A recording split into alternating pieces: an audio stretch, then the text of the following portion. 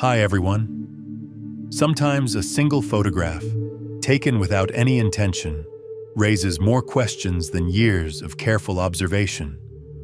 This video is made for calm, immersive listening, a chance to relax and spend some quiet time with an unsettling mystery that does not rush toward answers. Daniel Harris, a 30-year-old software engineer from Seattle, was flying to Brazil for a long-awaited vacation on a routine Miami to Rio flight. As usual, he had chosen a window seat and passed the time taking photos of clouds, winding rivers, and scattered settlements far below. The plane had already left the coastline behind, and beneath the wing stretched a dense, dark green expanse of jungle, unbroken by roads or clearings. Daniel was lazily swiping through the photos on his phone when one image made him pause. Something in the landscape looked too precise, too deliberate. Hidden among the trees was a perfect dark triangle. It was not a cliff, not a field, not a rooftop. The lines were straight, the angles clean, the surface smooth, catching a faint glint of light through a break in the clouds. There were no visible access roads, no signs of deforestation, no nearby structures. The triangle seemed to simply sit there, like a geometric shape placed on top of the living forest. The aircraft was already moving past it, and seconds collapsed into a single moment. Instinct took over before conscious thought. Daniel raised his phone and tapped the screen, managing to capture one sharp image and a second, blurred one, just as the wing cut across part of the view. Then the green ocean below returned to uniform chaos, and the triangle vanished behind them, existing only in his memory and in the device in his hand.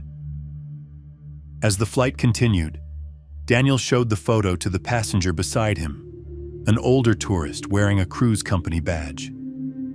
The man squinted, shrugged, and said something about a warehouse or a quarry before returning to his movie. A flight attendant glanced at the screen, smiled politely, mentioned optical illusions, and offered him a drink. The cabin went on with its ordinary routines, while Daniel kept zooming in on the image, searching for familiar explanations. He switched into a mode he knew well, the careful, slightly obsessive mindset of a developer. He checked for reflections in the window, glare from the cabin, distortions caused by digital zoom. He looked for broken geometry, compression artifacts, anything that could explain the shape away. But the triangle stayed a triangle. The lines were consistent, the shadow made sense. The pixel noise matched the rest of the photo. After landing in Rio, Daniel skipped the beach and opened his laptop in the hotel room. Using the airline's website, he reconstructed the flight path, matched the timestamp from the photo metadata, and cross-referenced it with a snapshot he had taken of the in-flight map. Drawing rough lines across the route, he narrowed the location down to a square of forest deep inland, far from major roads or towns. When he loaded that area into a public satellite imagery service, he saw only an unbroken canopy of trees. No triangle. Nothing unusual. On the third day of his trip, Daniel posted the image on a forum for aerial photography enthusiasts. He described the flight, the timing, the approximate coordinates, and uploaded the original file with full metadata, highlighting the triangle with a simple frame. The first wave of responses was predictable. Jokes, accusations of editing, advice to enjoy his vacation instead of hunting for mysteries. To avoid further criticism, he uploaded a sequence of photos taken just before and after. Ordinary river, forest, clouds, and then, in one frame, the dark, alien shape. A few users with experience in image analysis took interest. They ran the file through multiple tools, checking levels, sharpness, noise structure, and edge consistency. Their conclusion was unexciting and unsettling at the same time. There were no signs of compositing. The lighting and shadow on the object matched the scene. The pixel distribution looked natural. Members of OSINT communities joined in, pulling the EXIF data and cross-checking it against flight tracking databases and known flight paths. Everything aligned. The aircraft had indeed passed over that section of jungle at that time and altitude. One cautious commenter summed it up in a line that later appeared on several tech blogs. Yes, there appears to be a physical triangular object on the ground in this image. Everything beyond that remains an open question. Small regional outlets picked up the story, followed by larger ones. Official responses soon followed, stressing that there was no irregular activity in the airspace. Publicly available high-resolution archival imagery was reviewed. According to scattered reports, a fresh commercial satellite pass was commissioned over the same coordinates. In every new image, there was only forest, narrow clearings, and the faint traces of old, dried riverbeds. A few months later, a limited field survey was organized. A helicopter dropped a small group of specialists into the calculated area. On the ground, they found what one would expect in the inner Amazon: soft, unstable soil, marshy depressions, thick trunks wrapped in vines. Visibility dropped to a few yards in any direction. Drones equipped with cameras and thermal sensors rose above the canopy, mapping the terrain. The results showed nothing but vegetation and natural relief. No platforms, no signs of heavy equipment, no cleared surfaces. The official report circulated to journalists was brief and emotionless. No artificial structures or terrain anomalies matching the photographed image were found. The likely explanation was a combination of lighting conditions, vegetation patterns, and perspective. For most people, that was enough to move on. For Daniel, it was not. He appeared on a couple of online shows, describing the flight and the image while hosts alternated between treating him as a sincere observer and a well-meaning skeptic's target.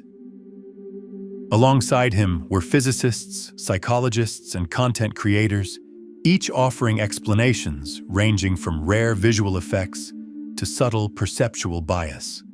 Back in Seattle, his co-workers split into camps. Some respected him for asking questions. Others joked that he spent too much time online and flirted too closely with conspiratorial thinking. Daniel, true to his nature, kept reopening the original file, comparing it to control images, writing small scripts to verify file integrity. Each time, the result was the same. The photo was intact. Gradually, online interest faded. Algorithms moved on. New topics replaced old ones. One day, Daniel noticed that his original forum post no longer appeared in search results, even though the page technically still existed. He shrugged, deciding the quiet might be a relief. But the unease stayed with him. The flight path, the coordinates, and the dark triangle occupied a separate layer of his thoughts. Several months later, he received a cautious email from a man who introduced himself as an engineer at a small American company providing access to commercial satellite data. The message was brief. "I saw your case. We have one image from the same area that I cannot explain," Daniel replied, and they arranged a private video call. The engineer shared his screen. In a sequence of images, forest followed forest, rivers, clouds. Then, one single frame stood out. A perfect white rectangle. No noise. No streaking. None of the familiar signs of sensor malfunction. In the system log, the frame was marked as successfully captured, with no errors related to power, overheating, or interference. "In 10 years, I have never seen anything like this," the engineer said. "When something fails, You can always tell. This looks like the image was simply removed. Daniel asked for the timestamp and coordinates. They almost matched his own calculations. The same region, a similar path. The differences were measured in hours and days, not distances. He logged everything carefully, the way he always did. Before ending the call, the engineer added quietly, "Officially, this is classified as a one-time data processing glitch. Unofficially, I have no idea what to do with it." The idea that it could all be coincidence began to weaken when Daniel found an old OSINT thread referencing brief GPS dropouts over the same region. Years earlier, pilots of small aircraft had reported momentary signal losses and sudden coordinate jumps. At the time, it had been explained as localized interference and quickly forgotten. Daniel added those points to his growing table of data. When he overlaid everything, his photo, the blank satellite frame, the pilot reports, a narrow window emerged. A piece of land almost never visited by people. No roads, no settlements, no mining operations, just dense vegetation and a strange silence in digital records. Images vanished, signals slipped, timestamps drifted. To the engineer in him, the pattern felt familiar. It looked less like a hidden object and more like an effort to prevent observation itself. That evening, Daniel wrote a sentence in his notebook without overthinking it. If someone wanted to hide a base where humans rarely go, they would only need to blind the sky from time to time. He did not turn it into a new post. He did not return to any shows. Beneath his diagram, he left a short, almost childish note. Maybe at those coordinates, beneath the ground, there is something whose craft I happened to glimpse through an airplane window. And as long as we keep calling it an error, it remains easier for it to stay unseen.